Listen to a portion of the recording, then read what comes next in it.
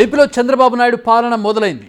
అదేంటి ఇంకా ప్రమాణ స్వీకారమే చేయలేదు, మంత్రివర్గం ఏర్పాటు చేయలేదు, అప్పుడే పని ప్రారంభించడం ఏంటనేదే కదా మీ డౌట్ నిజమే, కానీ మేము చెప్పేది కూడా నిజమే. వరుసగా జరుగుతున్న సీన్స్ను చూస్తే సీన్ ఏంటో మీకే అర్థమవుతుంది.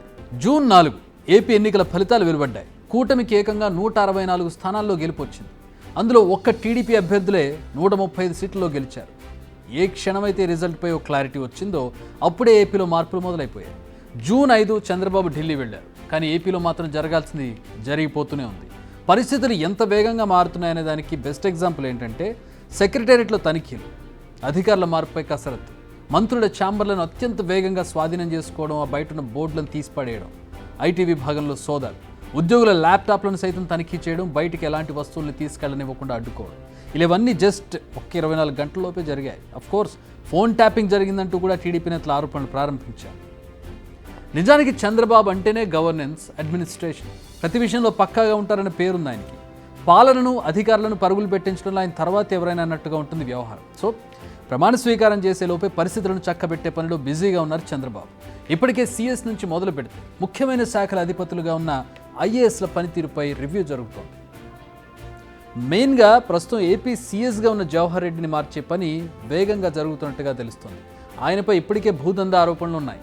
అలాంటి వ్యక్తి సీఎస్ పదవిలో కొనసాగడం సరైంది కాదన్న భావనలో ఉన్నారు చంద్రబాబు. అందుకే ఆయనను బదిలీ చేసే అవకాశాలు కనిపిస్తున్నాయి. అంతేకాదు ఆయన ప్లేస్లో కొత్త సీఎస్గా విజయానంద్ బాధ్యతలు చేపట్టే ఛాన్స్ కూడా కనిపిస్తోంది. మరి ఎవరి విజయానంద్? ఆయన యాదవ సామాజిక వర్గానికి చెందిన సీనియర్ ఐఏఎస్ అధికారి. ప్రస్తుతం ట్రాన్స్పోర్ట్ స్పెషల్ ప్రిన్సిపల్ సెక్రటరీగా ఉన్నారు. గతంలో ఇన్ఛార్జ్ సీఎస్గా కూడా పనిచేశారు ఆయన.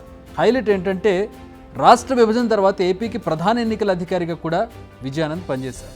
సో పాలనపై గ్రిప్, అనుభవం ఆయనకు ఉన్నట్టుగా భావిస్తున్నారు టీడీపీ పెద్దలు. అంటే కన్ఫర్మ్ అని కాదు, కానీ ఆయనకు మాత్రం ఎక్కువగా ఛాన్సెస్ కనిపిస్తున్నాయి.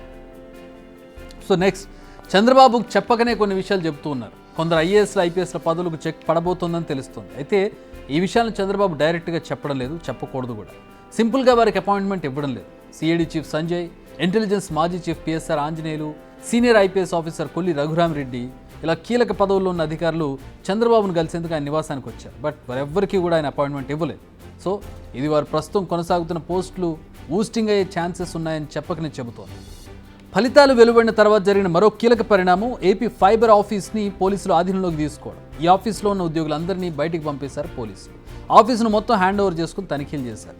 ఈ కార్యాలయంలో భారీగా అక్రమాలు జరిగాయని గతంలో ఆరోపణలు వచ్చాయి. సో దీనిపై కూడా చంద్రబాబు సర్కార్ ఫుల్ ఫోకస్ చేసే అవకాశం కనిపిస్తోంది. సలహాదారులను తప్పించాలని ఆదేశాలు వెళ్ళాయి. టీచర్ల బదిలీలకు బ్రేక్ పడింది. మంత్రుల ఛాంబర్లను స్వాధీనం చేసుకున్నారు. సేమ్ బోర్డులను తొలగించారు. ప్రభుత్వ సామాగ్రిని చెక్ లిస్ట్ ప్రకారం స్వాధీనం చేసుకున్నారు. సో మార్పు అనుకున్న దానికంటే వేగంగా కొనసాగుతుంది అనేది క్లియర్ కట్గా అర్థమవుతుంది. చంద్రబాబు సర్కార్ మరో కీలక నిర్ణయం తీసుకుంది. అదేంటంటే కొత్త ప్రభుత్వం ఏర్పాటైన వెంటనే అన్ని శాఖలకు సంబంధించి శ్వేతపత్రాలు రిలీజ్ చేయాలని. వైసీపీ ప్రభుత్వం భారీగా అప్పులు చేసిందని ఆరోపణలు ఉన్నాయి. సో ఈ విషయాన్ని ప్రజలకు క్లియర్ కట్గా అర్థమయ్యేలా వివరించేలా ప్లాన్ చేస్తున్నారు. అంతేకాదు గెలిచిన టీడీపీ ఎంపీలతో భేటీ సందర్భంగా కొన్ని కీలక వ్యాఖ్యలు చేశారు చంద్రబాబు. ఇకపై మారిన చంద్రబాబును చూస్తారని, బ్యూరోక్రాట్స్ పాలన కాదు రాజకీయ పాలన ఉండబోతోందన్నారు. 5 ఏళ్లలో నేతలు, కార్యకర్తలు పార్టీ కోసం ప్రాణాలు ఇచ్చారని, ఎవరు ఎన్ని ఒత్తిళ్లు తెచ్చినా అధికార పార్టీకి తలొగ్గలేదని ఆయన గుర్తు చేస్తున్నారు. సో చంద్రబాబు ఇవ్వకనే ఎవరికో వార్నింగ్ ఇస్తున్నారు. ఓవరాల్గా చూస్తే ప్రమాణ స్వీకారానికి ముందే పాలనకు సంబంధించిన అన్ని వ్యవహారాలను చక్కదిద్దుతున్నారు చంద్రబాబు. నారా చంద్రబాబు నాయుడును నేను అని అనేసరికి పాలన మొత్తం ఒక గాడిన ఆల్రెడీ పడేలా కనిపిస్తోంది. బిగ్ టీవీ అవుట్లుక్ కథనాలు నచ్చితే వెంటనే బిగ్ టీవీ ఛానల్ ను సబ్స్క్రైబ్ చేయండి.